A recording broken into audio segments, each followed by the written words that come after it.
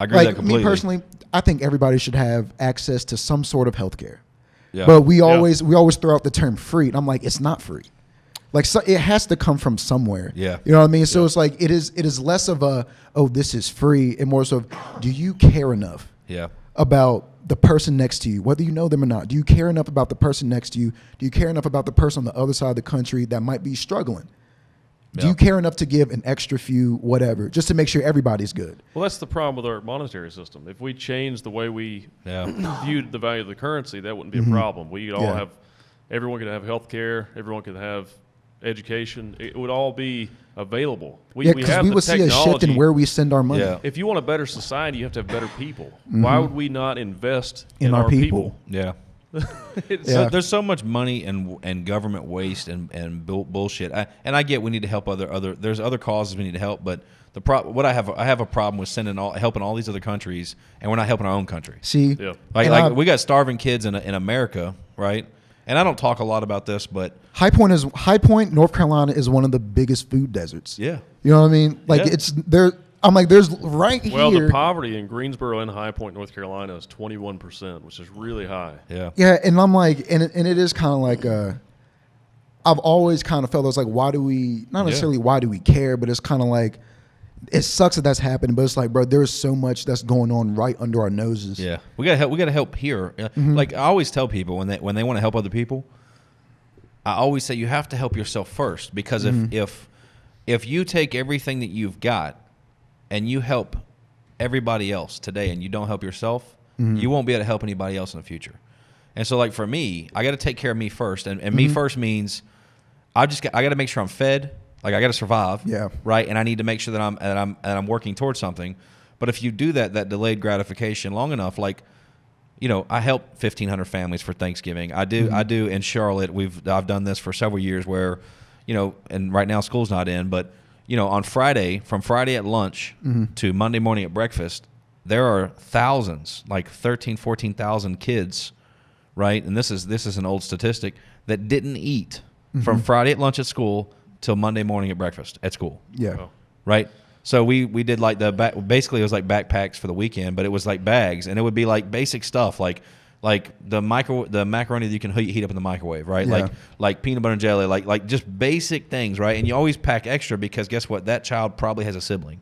Yep. Right? Yeah. And so like things like that, like I agree with you. You're like, hey, if we word things a certain way, like I don't know many people that if I didn't say, look, there's starving children, right? You can contribute your time, right? Your effort, your energy, or how about a few bucks just to help pack, you know, for you know, $20, man, I could probably pack, you know, 10 kids bags for the weekend. Yeah. You feed 10 kids over the weekend, man. Like if it's done a certain way, I think you're exactly right. You're going to get a lot more people that are open to do it. But instead it's turned into, it's just like this divisive thing. Yeah, and I feel like that's like the difference between understanding money as a tool and then cherishing money as something that's like, because like I said, I don't hoard money. Yeah. Because it's like I understand that first off, and I think even you told me this, like your money loses like 3 to 5% of its value. Your money actually is designed to go down in value, just so you know. It's designed. I think it's a 40-year system, but the developers of it have designed it to devalue. It's part of the system. Yeah. So like, and so even like, you know, even just like just trying to like, I feel like if everybody could even understand that, we can understand, you know, how money can really be used. Because it's like, well, if it's already going to go down in value and it's already kind of not real. The problem is there's not enough money. Yeah. The way we currently value it, if you divide it amongst all the people, there's not enough. It'd be very little per person. Yeah. And my idea about looking at people as assets instead of liabilities, it wouldn't just help this country; it would help the whole world. Mm-hmm. Yeah. It would spread. You could take all the money that what's the population of the United States? 330 million. Okay, so how much money is Bezos worth right now? 200 million, 200 billion, 180 something. But I think the whole GDP of the country is probably 20 trillion or something. 18 trillion. Well, I'm just saying, let's take all 200 billion of his, and how many people are there? 330 million. I'm just curious. It's not much. What, $200. $606 each. 600. Yeah. So if we took Bezos, the wealthiest person in America, and maybe one of the wealthiest people in the world, one of the wealthier people in the world, every American would get $606 if you took every penny he has. And the point here is, and this is the example of socialism doesn't work. Taking from wealthy does not solve the problem. There is an inherent issue. There is not enough money. You could take the top 500 wealthiest people in America, all billionaires, and take all of their money and give it to everybody. It's not going to solve any problems. And instead of being, it's going to be, and let's just use dumb math here. If he's the richest and he's worth $600 to every American, $600, times that by 500. The other ones, it goes down in value, so this is not a real number. But times that, let's times that by, say, even 400.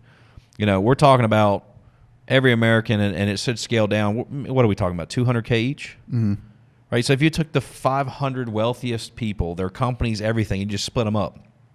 And a lot of that wealth is not cash either. No, it's not. Yeah, but you could take everything, everybody, and you most go. Most of it is just estimated company wealth, business wealth. Yeah. But you take all that money and you go, okay, well, here's $200,000, right? How long does that last? Yeah. See, because that's also because it's kind of like, well, how are we going to keep? Yeah, I mean, how much? I don't know what you make a year, right? But imagine. I don't either. I'm literally, this is the first year I'm actually going to keep track. Yeah, but I'm saying, if you think about it, you go, it's not a solution to take from others, and that's like that analogy. Everybody thinks like, oh, he should give more. Well, he could only, if he gave everything he had, he could only give every person $600. Yeah. If he gave everything he had. And that's a stimulus check. It's not a solution. And that's a stimulus check, which is not enough. Yeah, that's why socialism won't work. Yeah. That's why you can't tax the solution.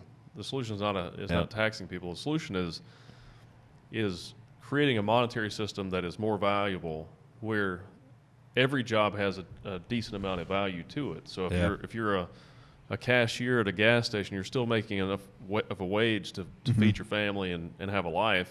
Or if you want to open businesses and be really successful and you have a lot of ambition, you can be as successful as you want to be. You could be under that type of a monetary system.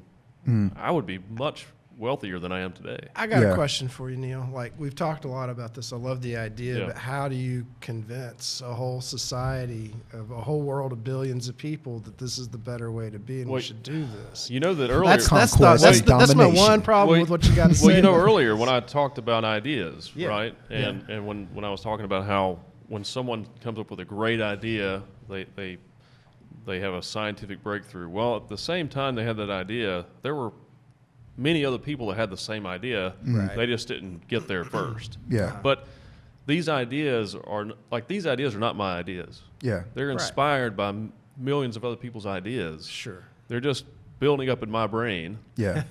And there are a lot of other people having these same ideas right now. Mm-hmm.